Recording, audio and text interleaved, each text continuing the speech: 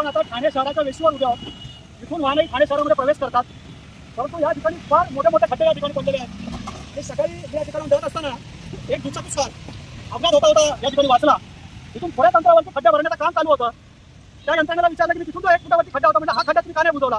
तर त्यांनी सांगितलं की आम्ही फक्त लहान लहान खड्डे बुजवतो, आम्ही मोठे खड्डे बुजवत नाही आहोत. म्हणजे कुठल्या खड्डे तुम्हाला बुजवायचे? त्यांनी मला पॅच दाखवता की एवढाच पॅच पुरता खड्डा आम्ही बुजवतोय. ते कॉन्क्रीट पुढे हे खड्डा बुजवणारी यंत्रणा आहे ती त्या ठिकाणी वेगळी आहे. मग म्हटलं या पुलावरती खड्डे पडले, आरोग्यवरती, रेल्वे ओव्हरब्रिजवरती ते खड्डे पण बुजवणार. त्यामुळे ते खड्डे आमच्याकडे नाही आहेत. काही दिवसापूर्वी आम्ही असं ऐकलं होतं की या यंत्रणांना आदेश दिले गेलेले होते की यंत्रणा कुठलीही असो खड्डे बुजवले गेले पाहिजेत.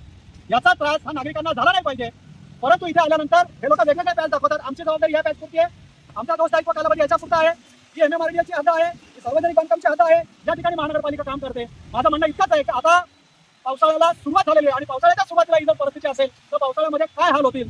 त्यामुळे पुन्हा एकदा या सर्व यंत्रणांची एकत्रितपणे बैठक घेणं गरजेचं आहे आणि या बैठकीमध्ये त्यांना आदेश दिले गेले पाहिजेत की ठाणेकर नागरिकांना कुठल्याही प्रकारचा त्रास त्या ठिकाणी झाला नाही पाहिजे आणि एक खड्डे त्या ठिकाणी बुजवले गेले पाहिजे की जेणेकरून त्या ठिकाणी कुठल्याही प्रकारचा अपघात किंवा जीवितहानी होणार नाही आणि या ठाणेकर नागरिकांना या खड्ड्यांमुळे त्रास होणार नाही.